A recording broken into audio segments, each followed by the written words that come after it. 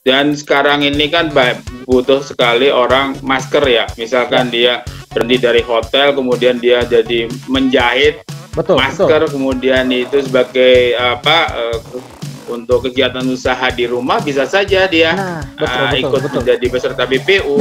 Nah, bagaimana cara BPJS Ketenagakerjaan dalam menempatkan posisi kita ini, Pak? Tapi kita tetap masih melayani dalam segi keuangan kah, pelayanan kah, pemasaran kah? Nah, menurut Bapak sendiri seperti apa, Pak? Saat di rumah, misalkan dia punya usaha mandiri, punya warung, atau dia memutuskan untuk dagang online gitu loh, Pak, berjual online gitu ya. Nah, itu bisa didaftarkan secara mandiri ya, Pak? Kalau normal nih saya anggota SJSN, Mas Petra. Assalamualaikum warahmatullahi wabarakatuh. Kembali lagi dalam acara ODP, obrolan dengan pejabat.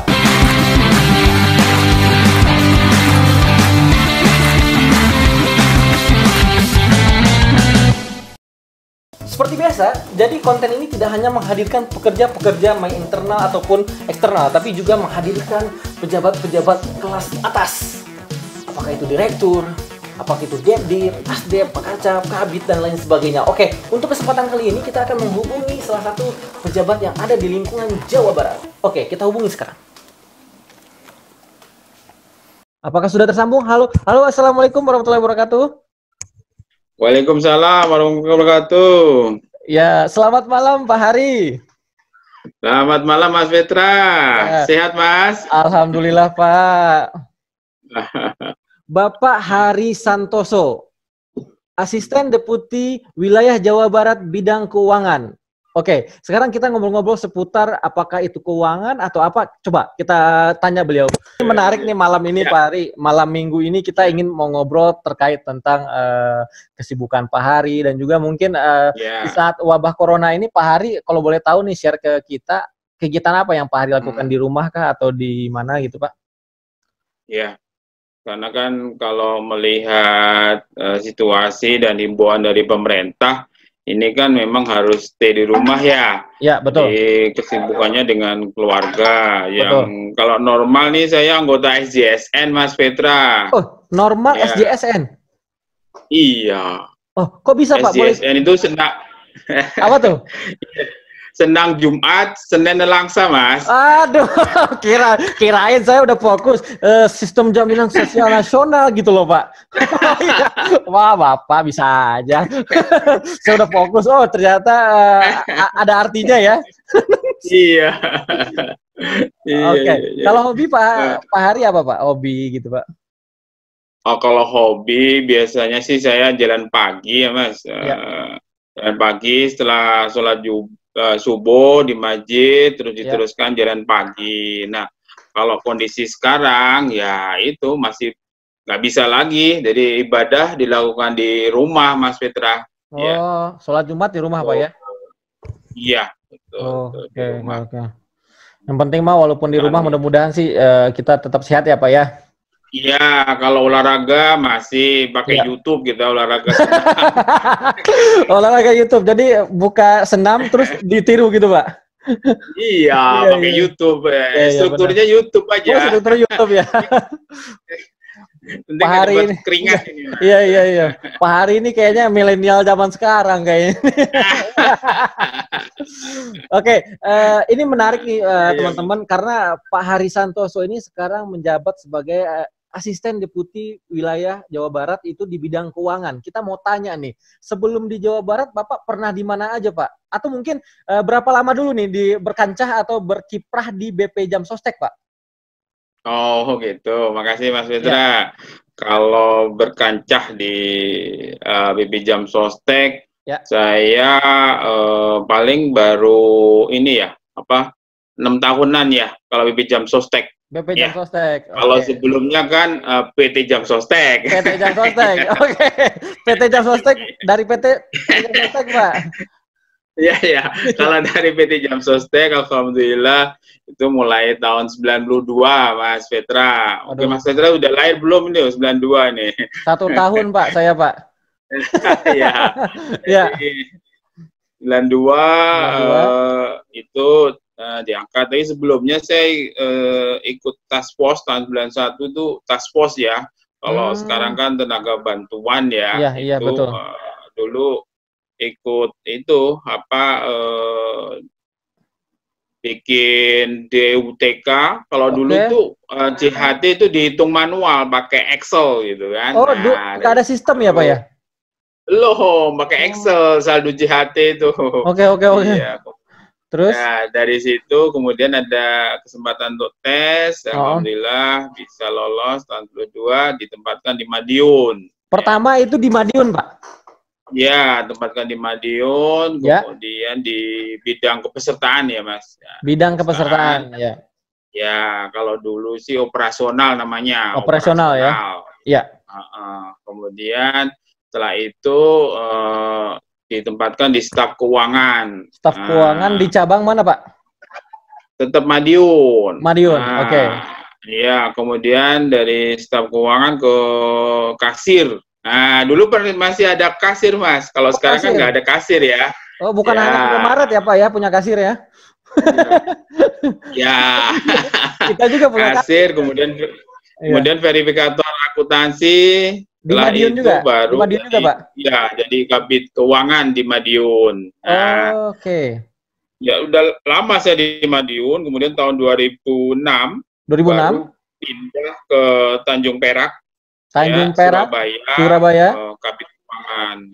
Kemudian tahun 2012 itu pindah lagi ke cabang Surakarta. Kalau lebih dikenal kan cabang Solo ya. Cabang Solo, ya betul. Ya, kalau kotanya sebenarnya kota Surakarta, tapi dikenal di nama Solo. Nah, dari Solo tahun 2012, kemudian 2014 ke Semarang. Tepatnya di Kanwil, Jawa Tengah. Di sana di Kabak Keuangan, Mas. Kabak Keuangan di Jawa Tengah.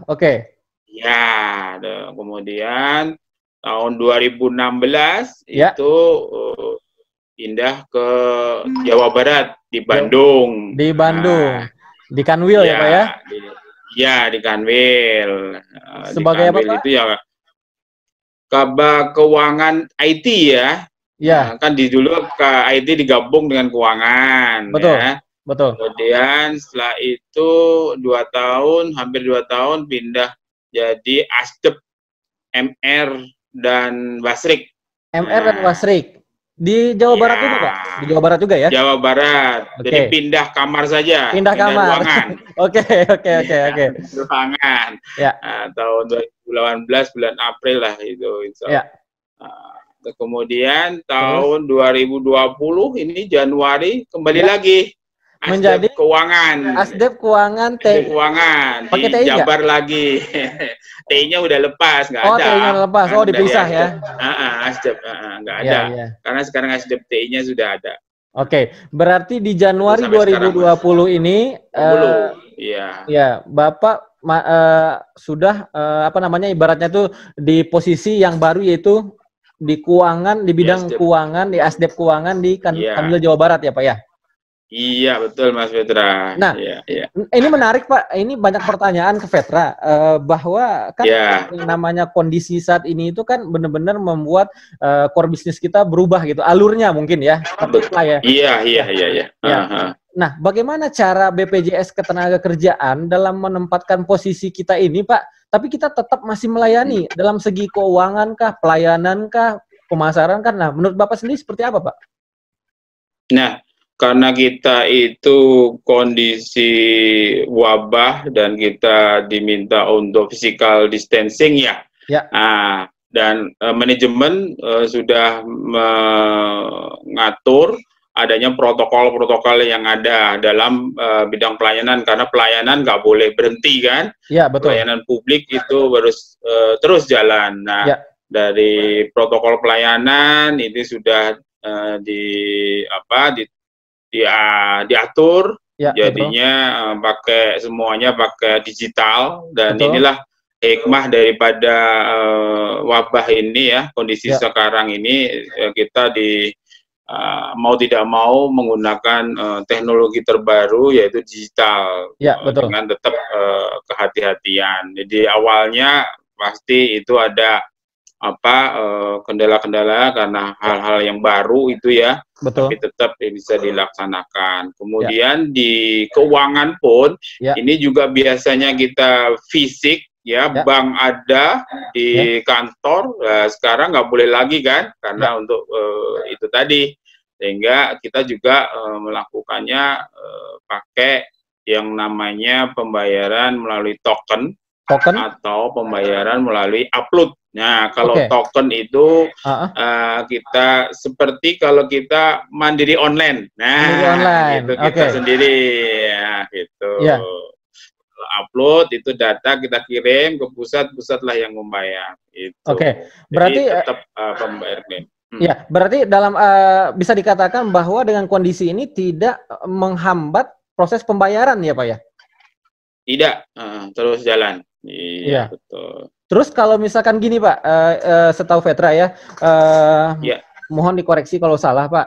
Kalau misalkan orang klaim, terus kita bayarkan. Nah, biasanya kan kita adanya nama verifikasi data, orangnya datang kita lihat datanya, dan sekarang juga seperti nomor rekening dan lain sebagainya. Nah, kalau kondisi saat ini, apakah tidak akan memunculkan suatu tindak pidana Pak? Misalkan pemalsuan dan sebagainya, mungkin data itu manipulasi atau seperti apa? Menurut Pak Hari sendiri seperti apa Pak kondisi saat ini Pak? Ya, kalau situasi seperti ini pasti ada ya kendala-kendala, dan itu sudah diantisipasi dengan data-data dari peserta itu diminta untuk upload datanya.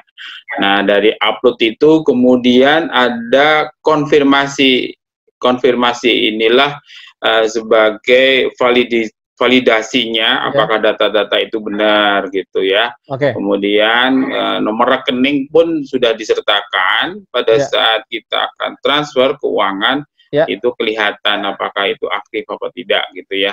Itu Mas Petra. Jadi konfirmasi ada. Konfirmasi tetap ada ya Pak ya. Jadi apakah itu melalui telepon atau mungkin melalui video call atau seperti apa Pak? Konfirmasinya. Jadi kalau dari teman-teman pelayanan konfirmasinya itu melalui video call. Jadi video orang call, bisa seperti kita ini sekarang ya, Vicon ya. Iya, Vicon. Itu. Jadi orang itu bisa bertatap muka walaupun melalui teknologi ya, bertatap mukanya, dan teman-teman pelayanan akan screenshot untuk ini capture ya, bahwa ini bukti bahwa dia udah melakukan konfirmasi. Gitu. Oke, berarti benar-benar kesiapan dari BP Jam Sostek atau kantor kita ini benar-benar sudah siap mengantisipasi resiko yang akan terjadi, betul ya Pak ya? Iya, betul. Nah, ini tetap aja terus berkembang ininya SOP-nya terus berkembang untuk bisa melayani dengan lebih cepat, lebih baik, dan unsur kehati-hatinya tetap diutamakan juga. Gitu. Mantap, luar biasa Pak Hari. Benar-benar kaya akan pengalaman, kaya akan bagaimana substansi dan juga bagaimana pengalaman di lapangan, luar biasa. Pak Hari, selanjutnya saya ingin mau menyinggung nih masalah kepesertaan. Nah, ini kan masalah kepesertaan sekarang itu bisa dikatakan ada namanya penurunan kepesertaan, dalam arti ada tenaga kerja atau perusahaan yang sekarang banyak yang merumahkan tenaga kerja, dan juga mungkin banyak yang memutus, bukan sepihak tapi mungkin kesepakatan bersama bahwa untuk selama wabah ini di rumah dulu. Nah, yang di rumah ini apa? Takutnya mereka kan punya anggapan gini, kalau misalkan saya dinonaktifkan sama perusahaan, terus perlindungan buat saya tuh apa? Padahal saya tuh pengen, takutnya di wabah ini terjadi risiko-risiko, ya let's say misalkan kecelakaan atau meninggal gitu. Nah, apakah dia bisa daftar secara mandiri atau seperti apa Pak? Ya, jadi kalau sekarang ini Mas Petra memang dari kabar-kabar yang ada dan dari data yang ada, memang sudah banyak perusahaan-perusahaan yang pertama itu mengajukan penundaan iuran karena kondisi gitu ya. Kemudian juga ada yang merumahkan di sini, ada yang merumahkan karena nggak ada aktivitas ya, tapi tidak diberhentikan. Artinya masih aktif ya. Kemudian ada juga yang diberhentikan dengan PHK. Nah, kalau yang di PHK artinya itu sudah berhenti Ya. Jadi nggak ada perlindungan lagi. Ya. Nah, kalau dia masih dirumahkan, Ya. itu dalam arti dia WFH atau work from home, ya itu masih ada perlindungan karena dia masih aktif. Masih aktif, oke. Nah, aktif. Nah, kalau yang berhenti udah di PHK itu kalau dia kemudian punya aktivitas, ya aktivitas untuk kegiatan usaha sendiri atau mandiri, dia bisa ikut peserta. Istilahnya itu BPU, pekerja mandiri, ya. Bukan menerima upah kalau di BP Jam Sostek gitu, Mas. Jadi intinya disimpulkan bahwa apabila saat keluar dari tempat usahanya, katakanlah di hotel, saat di rumah, misalkan dia punya usaha mandiri, punya warung, atau dia memutuskan untuk dagang online gitu loh Pak, berjual online gitu ya. Nah itu bisa didaftarkan secara mandiri ya Pak ya? Bisa Mas. Dan sekarang ini kan butuh sekali orang masker ya. Misalkan dia berhenti dari hotel, kemudian dia jadi menjahit masker, kemudian itu sebagai untuk kegiatan usaha di rumah, bisa saja dia ikut menjadi peserta BPU gitu. Betul. Karena sekarang saat ini mungkin di samping ada berita ini mengakibatkan penurunan jumlah penghasilan omset perusahaan, namun di satu sisi lain di usaha UMKM seperti menjahit tadi juga mungkin meningkat ya Pak ya? Bisa, iya betul. Ya. Dan itu juga patut untuk dilindungi ya Pak, bahkan berhak untuk dilindungi ya Pak ya. Nah, itulah yang perlu malah dibutuhkan ya, karena kan dia rentan terhadap risiko di dalam kecelakaan kerja, dan siapa yang akan melindungi? Kalau dia di perusahaan, jelas itu ada perusahaannya kalau terjadi risiko. Tapi kalau dia kegiatannya mandiri, siapa nantinya kalau tidak bisa bekerja lagi, keluarganya bagaimana gitu kan? Nah, kalau itu bisa menjadi peserta, negara kan hadir di sana untuk pelindungannya. Begitu. Luar biasa kali. Luar biasa dari Pak Hari ini, benar-benar pencerahan yang sangat inspiratif saya. Apalagi buat penonton-penonton dari Subuh Hadi Production. Pak Hari, saya ingin mendengarkan kata-kata motivasi dari seorang Bapak Hari Santoso, Asdep Bidang Keuangan Wilayah Jawa Barat. Apa motivasi saat ini yang diberikan oleh Bapak Hari kepada insan BPJS Tenagakerjaan se-Indonesia? Wah, kalau sekarang kan kondisinya itu prihatin ya. Jadi banyak usaha itu pada kegiatannya menurun, dan itu otomatis juga kepada BP Jam Sostek itu akan menurun. Nah, tapi itu kita sebagai insan BP Jam Sostek itu kan punya nilai budaya etika ya di sana ya.